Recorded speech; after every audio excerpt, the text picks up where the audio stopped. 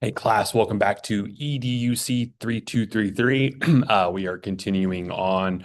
We're now into week 7 of the course, so we're getting close to wrapping things up. We're moving into the learning section of the course. We've looked at development, we've looked at motivational theory. Now we're going to look at learning theory, but we're also going to look at how those things connect too. So I don't want you to think of these only in a vacuum. So we're going to revisit social cognitive theory, which we talked about last week, and look at how it relates to learning and cognition. Cognition just means thinking, anything that's happening between our ears. So, just a reminder about social cognitive theory, kind of looking at through the lens of Bandura and how we learn. One of the big facets of social cognitive theory is that we learn by observing other people.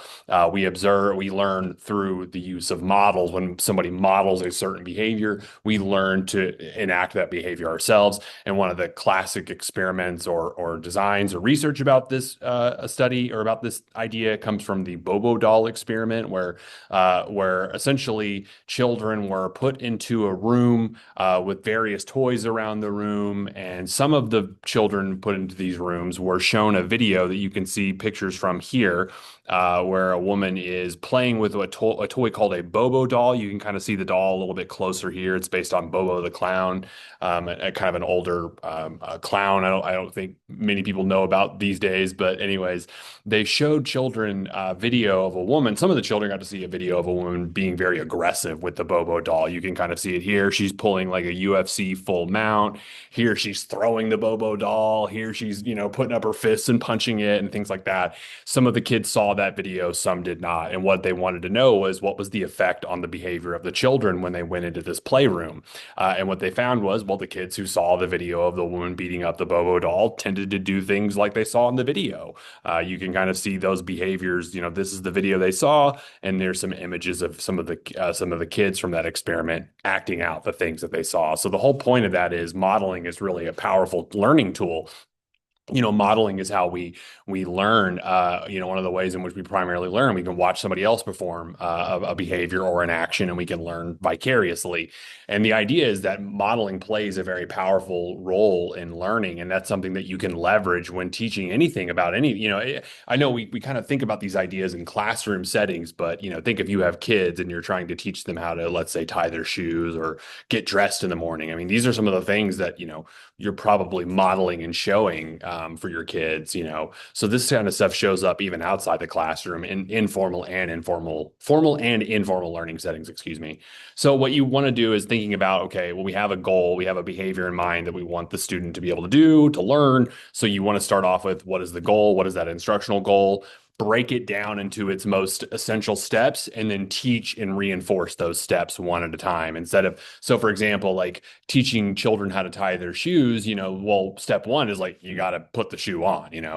We don't want to tie the shoe if it's not on our foot. We can't really begin tying the shoe if it's not even on our foot. So maybe that's the first step, and then we take the second step is learning the different ways to cross the strings if you're using shoes with strings. And so this is where you can kind of focus on different things on those particular steps, directing attention at those important points, like tying your shoe, like, hey, sometimes the back of your shoe gets caught on your heel, and here's something that you can do. Or maybe if you don't hold the shoe strings tight enough, they're going to come unwind and you're going to have to start all over again. Provide aids for retention. Oops, sorry, I clicked on. I don't know if it's recording or not. Sorry. It did the little thing where my screen protector or screensaver just popped up. Sorry, folks. Providing aids for retention. Sometimes that could be a mnemonic device. Like I know, like sometimes with tying shoes, there's a rhyme or like a nursery rhyme you can say, rabbits or something along those lines, some kind of metaphor that might be useful. And then also providing feedback along the way, each step, giving feedback, giving reinforcement as they get closer to performing the step accordingly. And then repeat, practice, practice, practice, practice. That is probably the biggest thing to take away from this chapter is not only do you have to model the skill for students, you have to break it down for them into its essential parts, but also give lots of opportunity to practice. How do you get to Carnegie Hall? Practice, practice, practice. Any complex behavior that students are learning, whether it's in classrooms or even outside of the classroom, got to have lots of opportunity to practice. So what are good models? Well, models, we tend to learn best from people that are modeling behaviors when we view them as competent, when we view them as having prestige and power. So as an educator, that's kind of where you could fit in. If you're someone who's in a classroom, if you're a parent teaching your child, you kind of have these two things already going for you. Social comparison is another thing that can be a good thing. Sometimes, the more similar we are, or the more similar the model is to us, the more likely it is we're going to listen to that person. What kind of relevant behaviors, what are the consequences of that behavior, what are the rewards or reinforcements, those are important too, and then how appropriate is it. So that's it. We're going to stop here and pick up next time. Take care.